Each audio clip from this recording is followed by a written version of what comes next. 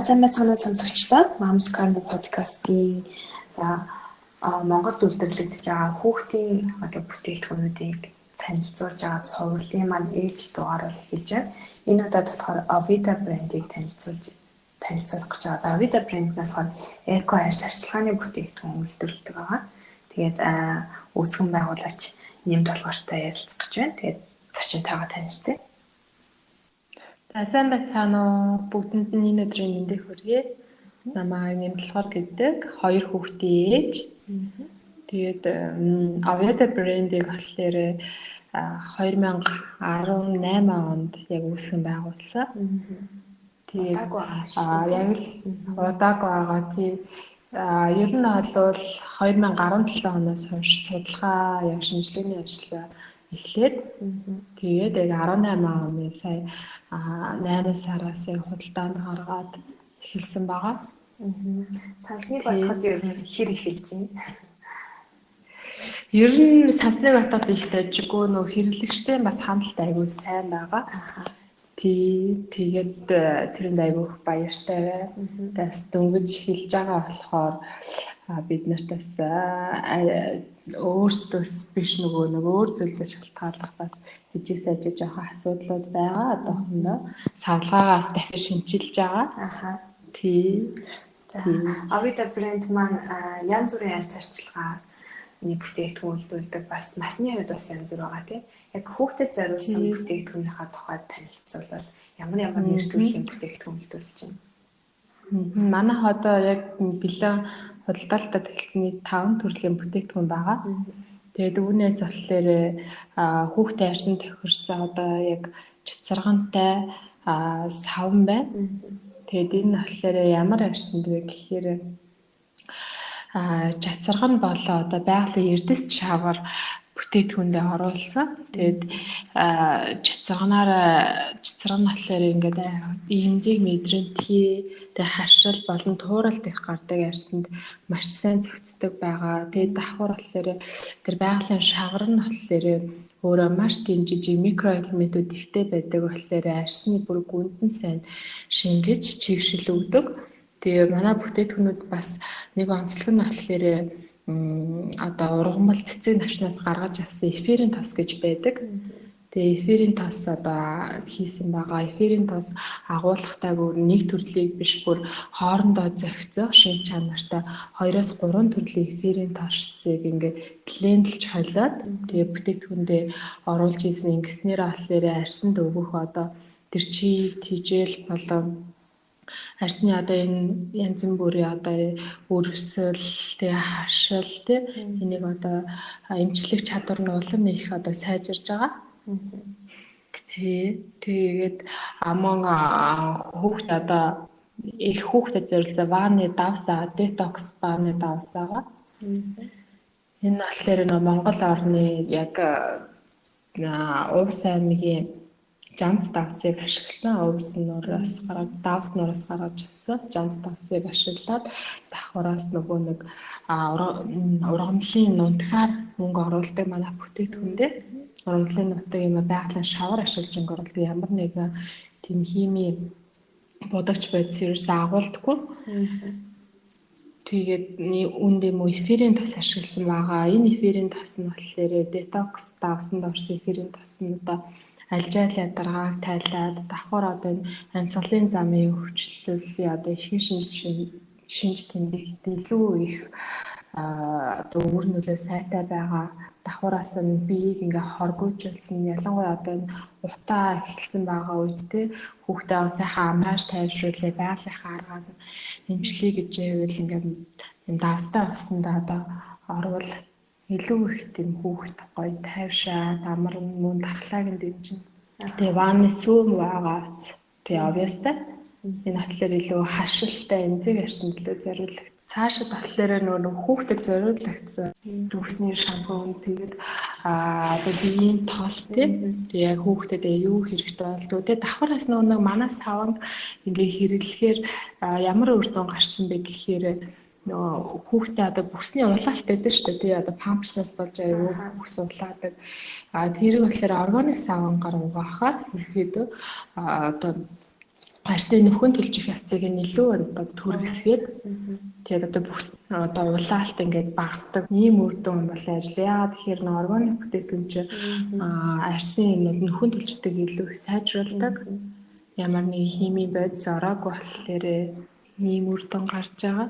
Тэгээ яагаад заавал нөх хүмүүсийг ийм органик бүтээгдэхүүн одоо хэрэглэх хэрэгтэй гэд одоо уриалаад байгаа вэ гэхээр ер нь бол хүн чинь өөрөө байгалийн амьтан байгальтай хаахнаас ойрхон амьдарсаар ирсэн тийм. Тэгээ манай монголчууд гэсэндээ одоо ялангуяа болохоор байгалийн одоо бүтээгдэхүүн хэрэглэжсэн ийм үн эртний түүхтэй тийм. Тэгээд бид нар ч юм болохоор монголчууд ялангуяа байглаасаа шууд одоо ямар нэгэн бүтээгдэхүүнээ одоо аваад хэрэглэх боломжтой цэцэргний тосно гэхэд л модонд орж идэг. Тэгээд жанд даасна гэхэд л ингээл уул болоо ингээл далайхаа ярал байж идэг гэл. Тэгээд ийм одоо түүхтэй болохоор ямар нэгэн химийн найрлагатай зүйлсийг аваад ер нь хэрэглэх шаардлагагүй байгаа.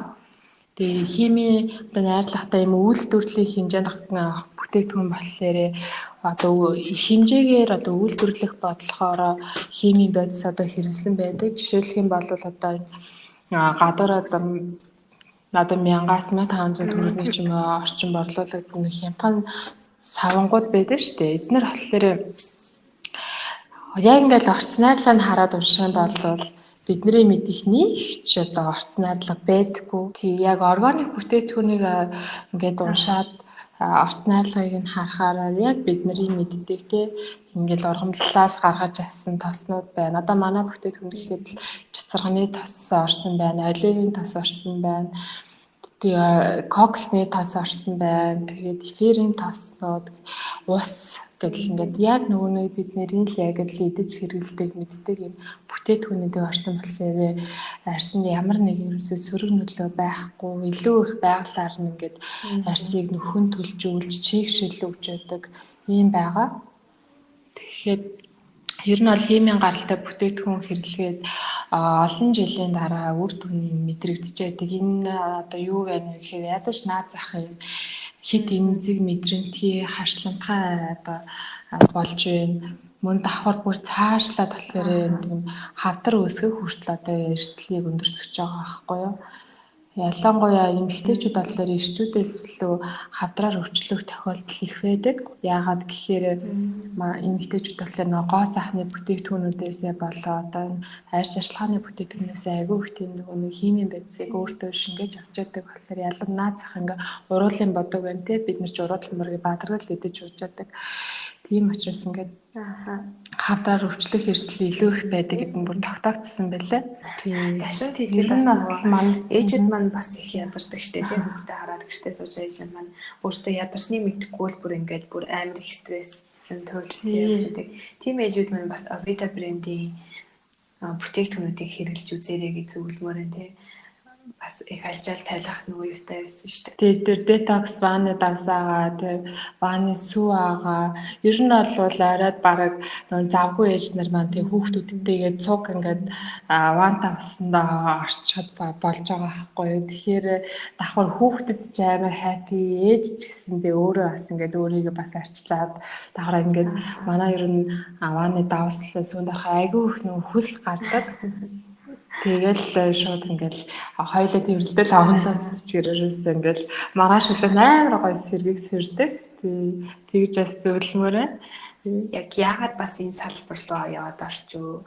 Тэгээд анх яг бас юунаас хэлсэн. Би болохоор амархан шинжлэх ухааны үндэсний сургуулийг төгсөөд тэгээд нийслэлийн өргөн амарч газар буюу одоо хүмүүсийн сайн мэдхээр нэгдүгээр төрөхөд статистик хэмжээр ажиллаж байсан. Тэгээ энэ хугацаанд нэг 2 төрсэн байхгүй юу. Тэгээд манай 2 хүүхдээ хоёулаа ер нь бол тийм хит эмзэг арьстай, нөхөртэй хоёулаа харшилтай. Хэр арны одоо арьс арчилгааны ялангуяа нэг харшилтай хүмүүс чинь савнд аймгүй эмзэг байдаг. Хэр арны бүтээгдэхүүн тохирохгүй. Тэгээд гаднаас ч юм уу одоо онлайн захиалга хийхээр бас ингээд шуудандаа карбоны төлбөр ингээ аюу өндөр гараад тэгээ нэг гэр бүлийн одоо хэрэглээний зардал хит байх хэлээ тий одоо сарын бүтээгдэхүүн тэгэж ядлаа гэхээр Монголд яг орж ирэхэд бас зарим бүтээгдэхүүн хит үнэтэй байдаг санагдсан. Тэгээд яг ер нь бол судлаад байсан л да яг энэ хугацаанд ер нь ийм бүтээтгүүн яадаг юм байна, нийт юм байна. Бид нар яг ямар бүтээтгүүр хэрэглэх ёстой юм байна гэлээ тухайн үед л ер нь эрэл хайгуул хийгээдсэн шээ. Тэгээд 17 онд би яг хүүгээ төрүүлээ. Тэгээд дэжсэн чинь ерөөсөө тэр нь яг ингээл ютубээр яг юм саван хийх бичлэг тий ингээ үзээд бааны бөмбөлөө их үзээ. Тэгээд ер нь их боломжийн юм байна. Тэгээд бүтээтгүүнүүдээ өөр онлайнаар захиалаад туршиж үзээ. Яг нэлээ одоо удаагийн орлого буруу болсон. Тэгээд энэ талаар яг нөгөө Солонгос албан ёсны одоо багшлах хэрэгтэй. Багш нөгөө ирж сургалт явуулаад тэгээд тэр сургалтанд нь суралцаад онл болон практикийн бүх мэдлэгтэй болоод бүтээтгүүндээ хийгээд үзсэн. Тэгээд хийгээд өөрсдөө хэрэглэж үзсэн чинь бүр арсанд маш гоё одоо тохирч байсан. Хинж хашлтаагүй тэгээд бүр манай охин болохоор бүр нэлээд эмзэг ярьжтэй байсан. Тэгэл ямар одоо хоол унднаас гэсэн айгүй хашлцдаг байж жаад хашлцдаг. Тэгээд хэрэглээд үзсэн чи бүр ярьсныхаа нөхөн төвчдг мөртлөө айгүй сайжирдсан. Тэгээ ер нь бол энэ тэгэл гэрийнхандаа яг өөрхөн хийсэн бүтээтнийг хэрэглэж үзэл ирсэн найз нөхдөдөө бэлэлээл хамаатан сатандаа бэлэлээд хүмүүс айгүй аан сайтай байсан. Тэгээд яг гарааны биз дөнгөж эхлэхэд болохоор нүүн дөнгөж гэртээ хүүхдээ хараа сууж байгаа ээжид тэгээд залуу гэр бүлийн үед бол нэг тийм одоо хуримтлал гэдэг ах зүйл маш бага байсан. Тэгээд би Баянзүрт төрийн стартап викенд гэдэг арга хэмжээ болоод тэрүүнд бүртгүүлэхээр хүсэлтэд өсөж тэнцсэн байсан ихний шатандаа тайлбарлая гэд хайрд. Тэгээд би яг 6 сард ахгүй юу. Тэгээд 6 сард би 2 шатандаа ороод нэг Баянзүрт төрөөс 70 гаруй баг одоо хооронд өрсөлдөжсэн. Тэгээд үүнээс болохоор 8 баг нэг 10 сая төгрөгийн одоо санхүүжилт аваад ямар гоё баяр хүргэе. Харин тэ баярлаа. Тэгээд үүнээс ерөөс агих урам зориг авсан. Тэгээд зөвхөн ингээ өөрсдөө хэрэглэж энэ бүх зүйл одоо нийгэмдээ ингээд ер нь түгээ. Одоо ийм асуудалтай хүмүүс ганцхан манай хүүхд биш те зөндөө олон хүмүүс байгаа. Манай нийгэм яг ямар байгаа илээ. Өвчлөлт нэмлгүүдээ одоо ачаал ямар их байдаг илээ те. Тэгээд ер нь яг ингээд бүх нийтэд түгээл гэж бодоод яг зоригтойгоор орсон. Яг энэ салбар руу. Тэгээд яг одоо дөнгөж стартап гарааны бизнес эхэлж байгаа учраас мэдээж яг жижигхэн бэрхшээлүүд бол зөндөө их байгаа. Гэхдээ цаатлынхаа бүр том өрөөдлөө хараад маш тийм зэрэгтэй түүхэд болон технологийн хувьд бүрэн боломжтой байдаг гэж ойлгох. Манай одоо бүтээтгүүнүүд юу л да гараа аргаар хийгддэг. Тийм болохоор одоо нэг үйлдвэр шиг бүр тийм том тоног төхөөрөмж бол хэрэггүй. Тийм маш боломжтой. Тэгээд яг л нөө түүхэд нь маш чанартай сайн түүхэд байхад тэгээ өөрөө дадлага туршдаа сайтай тий. Бас давхар одоо бид нар биотехнологичтой хамтарч ажиллаж байна. Тэднээс одоо ингээд судалгаа шинжилгээ одоо онл тал нь одоо биднээс ингээд хариуцуулаад яг практик тал дээр болохоор ингээд өөрсдөө аштай байдаг байхгүй юу. Тэгээд манай одоо бүтээтгүүний түүхий эзний 65% нь болохоор Монголын одоо бүтээтгүүнүүд орж байна. Тэгээд одоо бусад 35% болохоор бид нар одоо импортер одоо оруулж ирдэг. Тэд нар маань бас давхар бид нар шаардлага тавьдаг одоо био бодлоо органик сертификаттай тийм түүхийдээ ашиглаж хийж байна. Гар аргаар хийж гэсэн өөрөө л хийгээд байсан үү эсвэл хідүүлээ хийжсэн. Одоо яг ам бүлэн хідүүлээ очиад байна. Анх ерөөсөө ганцаараа л байсан. Тэгэл яг өөрөө хийгээл яг л нөгөө тэр үед чи туршилтын үе дээр явж байсан. Энийг хийсэн чи болж штэ, энэ болохгүй штэ гэл. Тэгэл нөгөө хийж байгаа хавцтай бас бүтлгүүтэх хүч зөндөө байсан. Тэгээд яг амжилттай болонгууд нь баярлалаа. Энийг л хүүхэд нөхрөө тэрж аваад.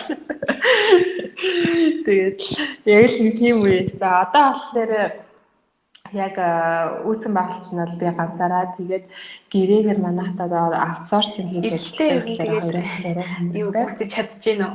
2-3 ажиллаж одоогоор бол яг эвдэлтэй гүйцээж чадаалаа. Гэтэ бид нар бол нэг хитрхи их тийм одоо маркетинг бол хийдэггүй. Тий.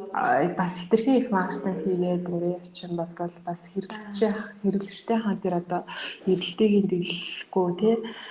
Тийм одоо сэтгэл гонсоор байдалд үлдээчихвээ гэж одоо бас аюу санаа зовоод байгаа. Тэгээ мэдээч хэрэг одоо үйл ажиллагаагаа улам цааш нь чиглүүлээд өргөжүүлэх болоо сонирхол. Одоо ингээд байгаа байгуулснаас хойш хэдэн сар өнгөрч байна? Яг аж ахуйн нэгжээ бүртгүүлснээс хойш аж ахуйн нэгжээ бол 7 сард бүртгүүлсэн байхгүй юу? Хамгийн хүндрэлтэй хэцүү санагдсан зүйл нь юу вэ? Хамгийн хүндрэлтэй зүйл нь болохоор ерөөсөө санхүүл гэдэг юм билээ. Санхүүл маш хэцүү гэдэг юм билээ. Түүнээс биш яг ингээд би бүтээтгүүнүүд ингээд пост хийгээд оруулахаар ээжүүд бол аюу сонирхчихсан. Би бас нөгөө хүмүүс одоо сонирхгүй байх үе тий ингээд нөгөө үнэхээр анхаарал татагдахгүй байх үе гэж бас дотроос жоохон тийм айцтай байсан. Тэгсэн чинь арай бүр миний санснаас илүү их тийм одоо хүмүүс хандсан надлоо. Ялангуяа эхний удаа пост оруулсан чинь бүр бараг 10 гаруй ээж бүр ингээд постчээ тэгээд юу захиалга авъя гэдэг. Тэгээд нэг захиалгахтаа заавал ингээд багцаар намаарай тий. Тэг ингээ багцаар нь авч одоо нөгөө манажид авсыг наваа сүүгийг наваа энэ савтан цуг авчин гिचээ гэл тэгжсэн байхгүй. Тэгэхээр бас тэрүүнд бол айгүй их баяртай байгаа. Хүүхдийн арьс чинь бас айгүй эмзэг хэцүү шттэ тий нэг зүйлээс аршилчвал тэгээд байн хашлаад идэг. Тийм учраас яагаад заавал хүүхдтэй танаа бүтээгдэхүүнийг авч хэрэглэх ёстой гэж бодож байна? Хүүхдийн арьс мэдээч яг хамгийн эмзэг тэгээд ер нь жоохон хамгийн хүнд салбар л та. Тэгээд манайх болохоор яг юугаар онцлог вэ гэхээр би нөгөө түрүү хэлсэн түүхий эдэг маань болохоор бүгд био болон органик гэсэн сертификаттай түүхий эдэг ашиглаж хийж байгаа манай. Тэгээ хоёрдугаар тал дээр энэ манад одж байгаа одоо энэ яг бүтээтгүүний одоо үнэрнэ гэдэг байгаа эфирийн тас буюу одоо сүүлд хүмүүс амин тас гэж нэрлэдэг байгаа. Энэ маань болохоор ерөөсөө яг тэр арьсанд хүүхдийн арьсанд тохирох арьсыг эмзэглүүлэхгүй 2-3 төрлийн яг савн болохоор 3 төрлийн эфирийн тасыг одоо блендэлж холиод одоо ашигладаг байгаа. Тэгэхээр одоо бүр их одоо арьсанд гоё чигшил өгөөд арьсыг тайвшруулах юм хэмжээлтэй. Ер нь яг нөгөө түүхий дээрээ маш их ялгарч байгаа. Давхараас манайх одоо сав баглаа одоо шинжилж байна. Сав баглаагаа мөн бид нэр одоо илүү эко, zero waste, хог хайдал багтай тийм бас сав баглаа бодлыг сонгоо ажиллаж байгаа. За одоо нэмд болохоор гэж хүнтэй өөртөө танилцъя. Өөрийнх нь тухай, гэр бүлийнхаа тухай ярьж өгөөч. За би болохоор 15 онд яг охиноо төрүүлж байсан. Тэгээд яг ажилдаа ороод ажилтлаа нэг жил ажиллаад тэгээд дараагийнхаа хүүхдээ төрүүлсэн байхгүй юу. Ерөнхийдөө яг ажилласан жил нь болохоор 3 жилийн доктортой улсад ажилласан байгаа. Тэр тэгэхээр яг л хоёулын эмнэлгийн талыг хүнэлдэг. Тэгээ манайхаа яг л нөгөө залуу гэр бүлүүд тий яг л ингээл өсөж дэвшээ илүү ихийг сурч мэдээл гэдэг яг л тийм үе дээр явж байгаа. Илүү их одоо бас нөх хүүхдүүд жоохон байна. Тийм болохоор илүү их бас гэр бүлдээ цаг зарцуулах хэрэгтэй. Хажуугаар нь бас бизнестэй цаг зарцуулах гэл бас нэг хувийн зохион байгуулалт бас бизнес хүнийг аягүй их юмд сургадаг юм байна. Хүүхдүүдээс хүнийг аягүй их зүйл сургадаг юм байна. Ер нь би яг за эхний хүүхдтэй бас харьцангуй гайгүйс тэр үед бас яг л нэг тогтмол хуваартай ажиллаа игээл тэг хүүхдээ яг цэцэрлэгт нөгөөл ингэдэг яг л хуваартайсэн болохоор гайгүйсэн.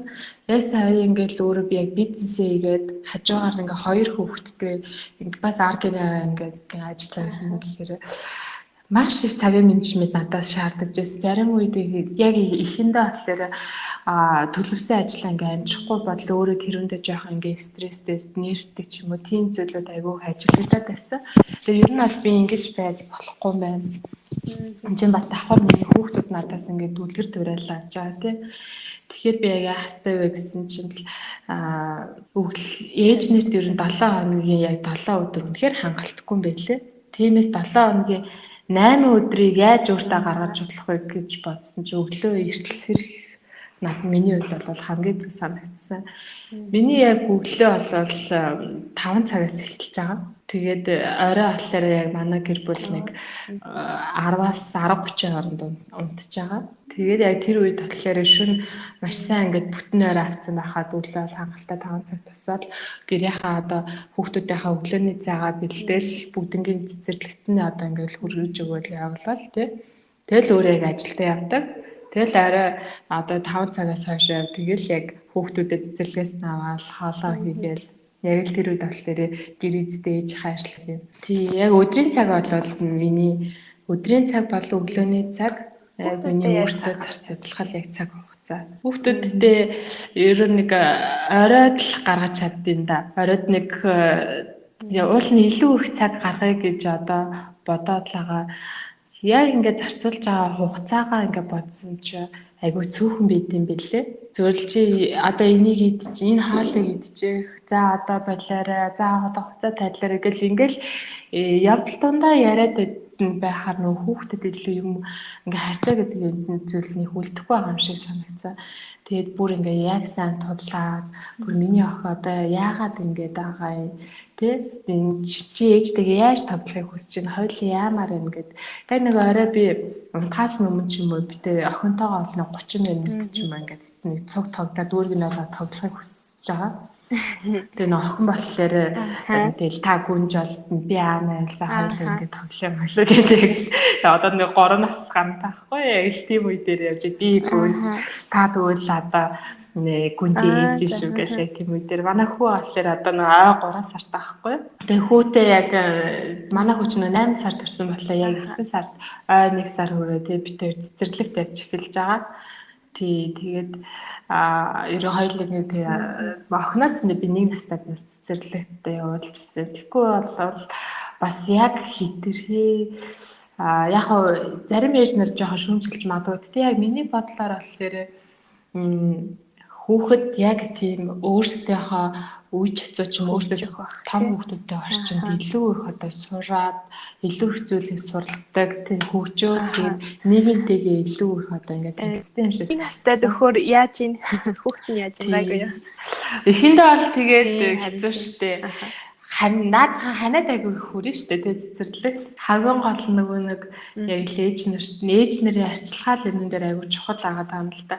Дөнгөж ингээл наснаа гол давстаа болсон болчихдаг байхгүй.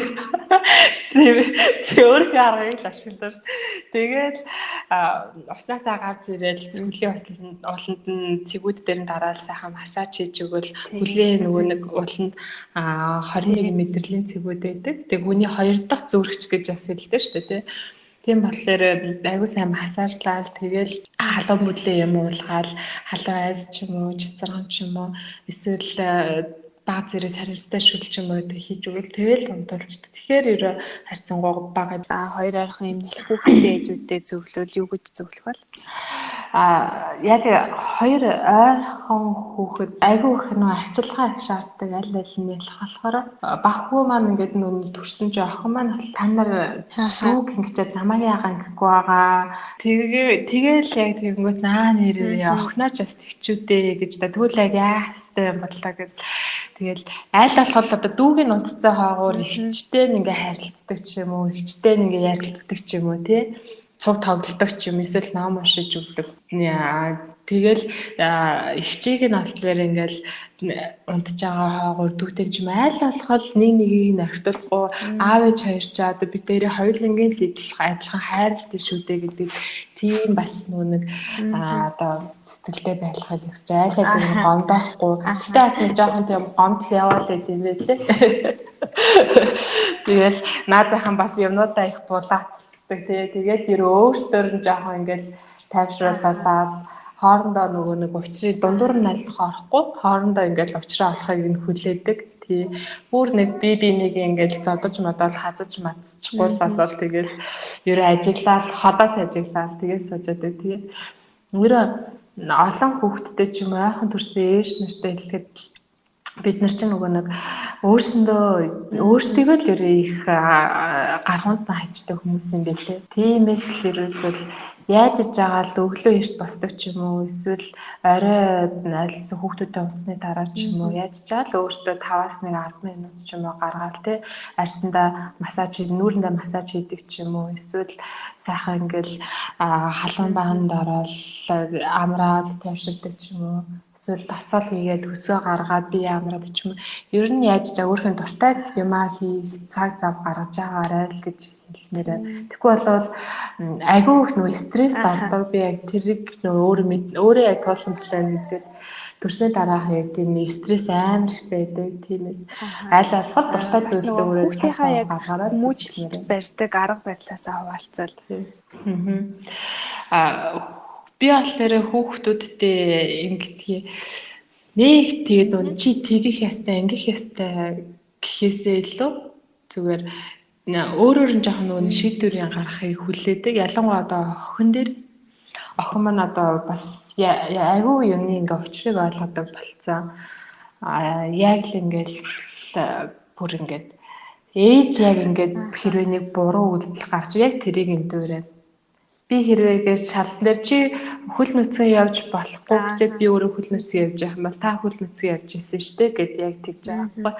Тэгэхээр өөрөө яг ингээд зөв үйлдэлэрлэх хэрэгтэй.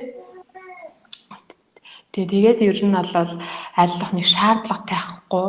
Тэгээд мэдээж хэрэг хаа ганц болвол ингээ буруу зөрүү зүйл хийгээд үнэхээр ингээ өвгөнд орохгүй уйлаад ингээ хашгирдаг үед бол зөндөө байдаг.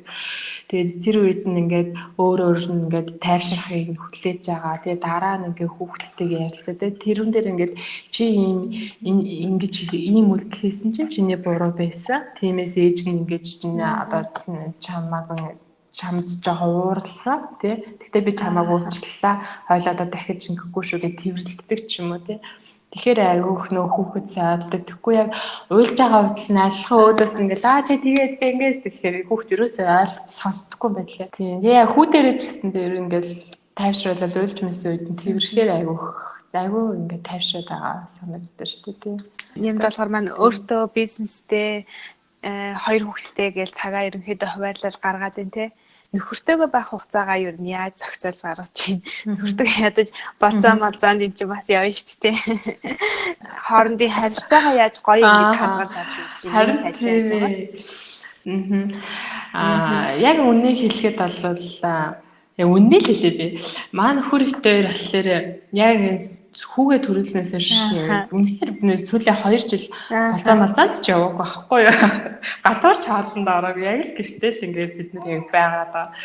Тэгээд сая 10 сарын 26-нд битэрийн болохоор 23 жилээ болоод тэгэл яг 26-ны өдрөө хоёулаа хүүхдтэйгээ зөв хоол идэж байхдаа ярилцж байгаа. Гүдэр очиад хоёулынгийнх нь ойр штэ.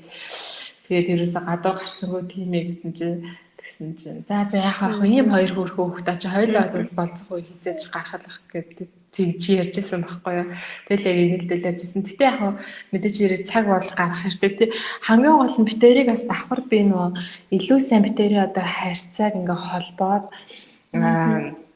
бинийг илүү сайн мэдгээд тусалж байгаа зүйл юу вэ гэхээр яг битэрийн бизнес илүү их битэрийг холбож өгч байгаа.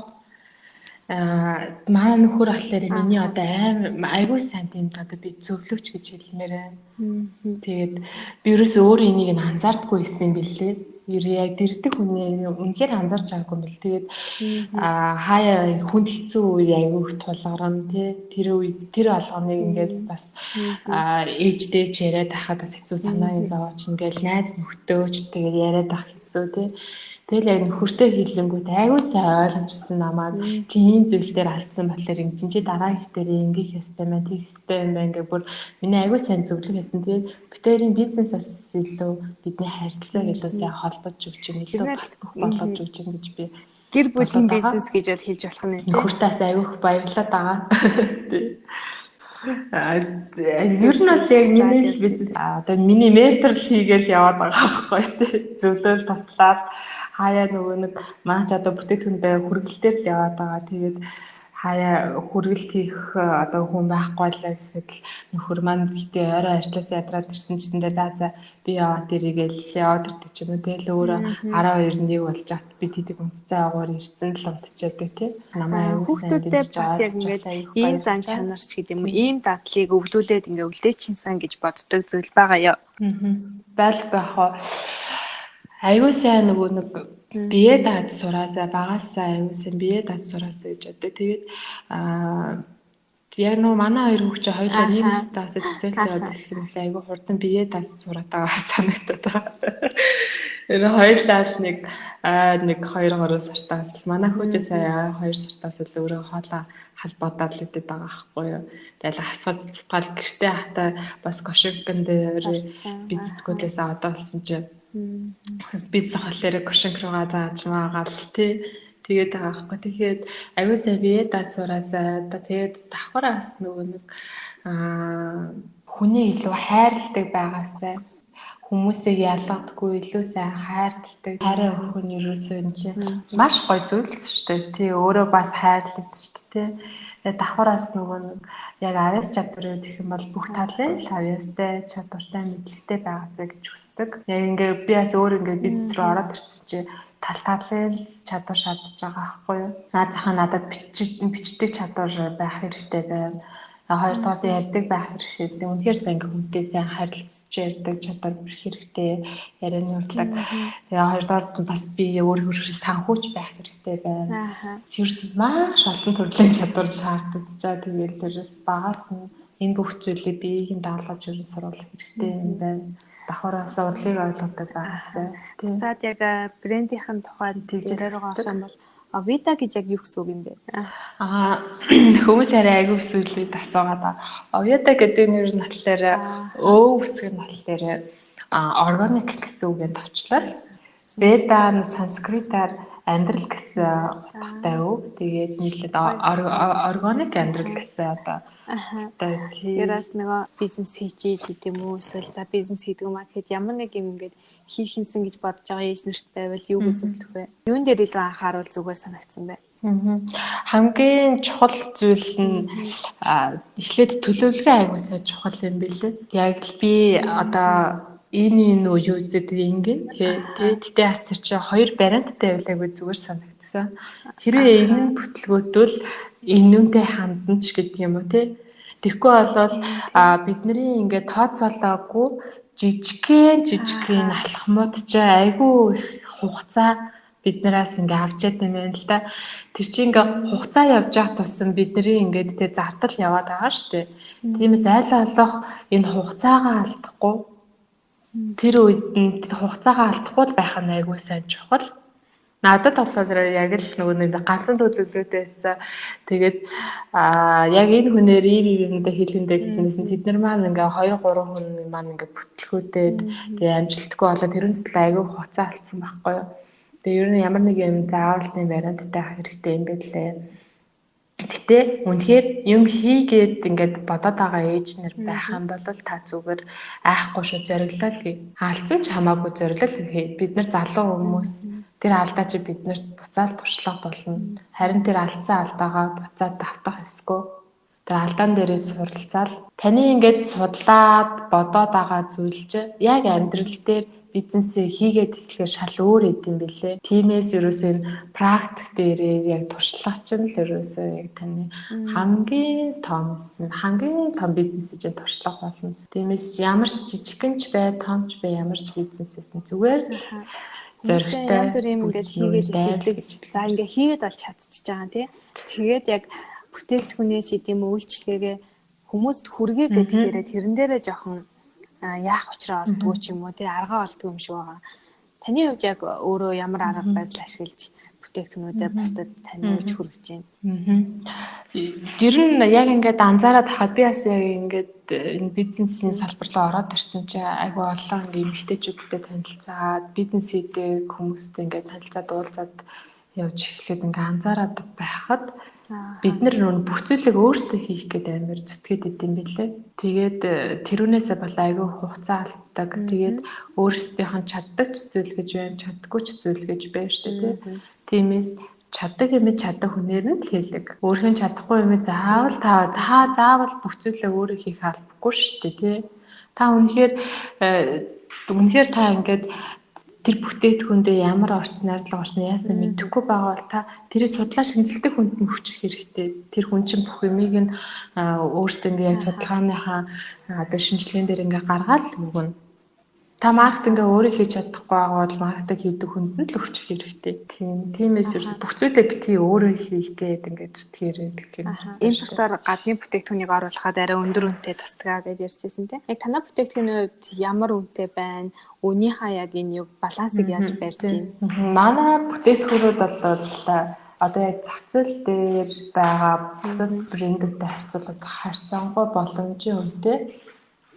Тэгээд хамгийн гол нь органик бүтээгдэхүүн давхар ийм эфирийн тосны олон төрлийн блендүүд оруулсан ийм бүтээгдэхүүн гэхэд бол маш боломжийн үнэтэй байгаа. За жишээлх юм бол манай одоо тэр детокс одоо ваны давсаа байгаа л да. Энэ маань болохоор 400 грамтай нь 14,500 байхгүй юу? Одоо энэ 400 грамтай чинь нийт одоо 4-5 удаа хэрэглэн тий. Тэгээд ингээд яг бодхороо тэгээд давхар энэ чинь бас бид нар чинь хавтагаас хэрвээ ингээд яг ингээд хөөхөд ингээд өвдлөө тэглээд за тэгвэл дархлаа дэмжих бүтээтгүү авлаа гэхэд хэдэнд өөрөө яаж авдаг юм лээ тий. Тэрнээр та зүгээр ингээд байгалийн юм аргаараа ингээд хүүхдээ дархлааг нь дэмжлэхэд одоо нэг удаагийнхаа хэрэглээний хэдэн төгрөг байна гэхээр харьцангуй маш боломжтой үнэтэй. Тэгээ ер нь манай хайр нөө бүтээтгүүний хаяг үний бодлого дээр одоо яг эхэлж байгаа болохоор нэг өндөр үнээр бол гаргаагүй нэг их ашиг бол харахгүй байгаа. Тэгээ зүгээр л нөө я балансаар барьна. За нэг зарлагч гарахгүй хэтэрхийх ашиг харахгүй гэсэн яг тийм л бодлоготой л яваад байгаа. Хамгийн гол нь хүмүүс танигдах юм. Хүүхдээ усанд оруулах болгондоо л зүйлээд хахад бол байнгын ингээл дархлаагийн дэмжээл эрүүл байлгаад байна л гэсэн үг үстэй тий. Ер нь 7 хоногт нэг 2-3 удаа хэрэглэж бол ханга. Тэгээ вааны давсан ч юм уу. Манаас хаван их удаан хэрэглэгддэг шүү дээ. Айгу уусалт баахтай бараг нэг хүний 2-3 сарын хэрэглээ болж байгаа байхгүй юу? Тэгээд айгу уусалт баахтай тэгээд давхар арьсанд айгу тань сайн чийшил тэжээл бүр арьсны 3 давхар хүртэл нь чийшил тэжээл өгдөг. Өнөр нь айгу гоё тийм тааламжтай. Одоо цэцэрантай саан манд гэхэд л одоо синамон орсон байгаа. Одоо монголоор зэд болон бишир цэцэгний одоо үнэрнүүд орсон байгаа. Эднэр нь өөрсдөө айгу одоо арьсыг имжлэх одоо юм үүрэгтэй. Тэгээд бас чийглэлээр хангана. Ялангуяа одоо энэ өглөө өглөж арьс амир хуурашаад гинт одоо халуун үтэн солигдсноос одоо гинт цочрол ордог шүү дээ тий. Тийм үед болохоор хэрэглэдэг айгу тохиромжтой. Тэгээд давхараас нөгөө нэг зөвхөн хүүхдтэй ч гэлтгүй манаас хавангуудыг ээж нар маань өөрсдөө хэрэглэж болно. Тэгээд ихэвчлэн орой арьс ашиглахаанд хэрэглээсэй гэж зөвлөдөг байхгүй юу?